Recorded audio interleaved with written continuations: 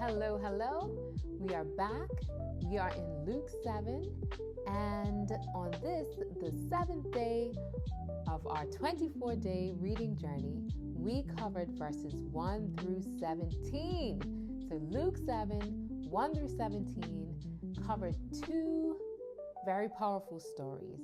And the verses that stood out to me and carried forth a sentiment that really resonated and touched my heart came from verses 4 and 6 and verse 9. This was the first of those two stories, the faith of the centurion.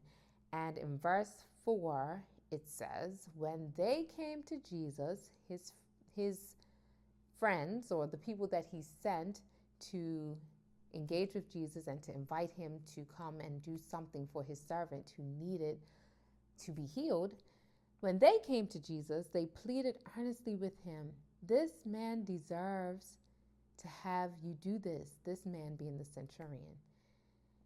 And then skipping down into verse 6, it says, he, Jesus, was not far from the house when the centurion sent friends to say to him, Lord, don't trouble yourself, for I do not deserve to have you come under my roof.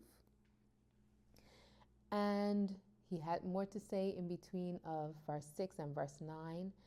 But just skipping to verse 9, which was Jesus' response to all that he sent by way of these friends to convey to Jesus, what he was feeling.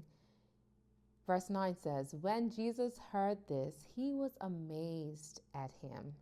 And turning to the crowd following him, he said, I tell you, I have not found such great faith, even in Israel.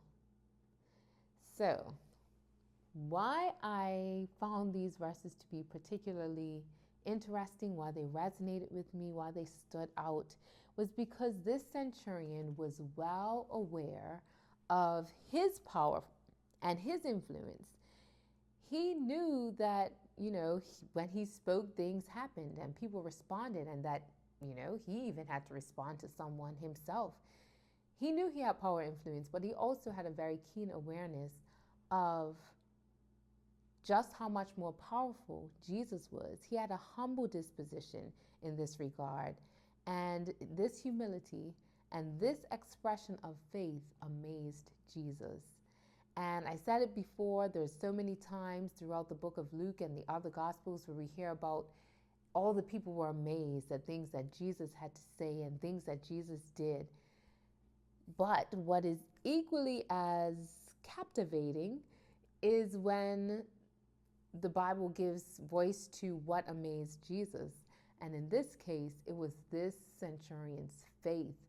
And that was just powerful to me, and that stood out to just know that this man spoke with great faith and respect and awareness of just how powerful Jesus was. And that was an amazing thing for Jesus to see. Now, like I said, there were two stories in this range of verses, and the other one was where Jesus raised the widow's son. And this was another miracle we see. So in the centurion, the faith of the centurion, and in the case of his servant was healed. In the case of the widow's son, as they were taking this dead man out the town, Jesus resurrected this man. And the picture of Jesus' heart that I captured here and that stood out to me was just the fact that sometimes Jesus performed or performs miracles because he was asked and he was responding to faith. And sometimes Jesus performed miracles, and I'd say still to this day, because he is moved simply out of a heart of compassion. So there's no prescription or recipe for when Jesus or how Jesus will perform miracles and why, but just know that he is well able, and that's still to this day. We can ask by faith and we can plead and offer up our heart to Him humbly.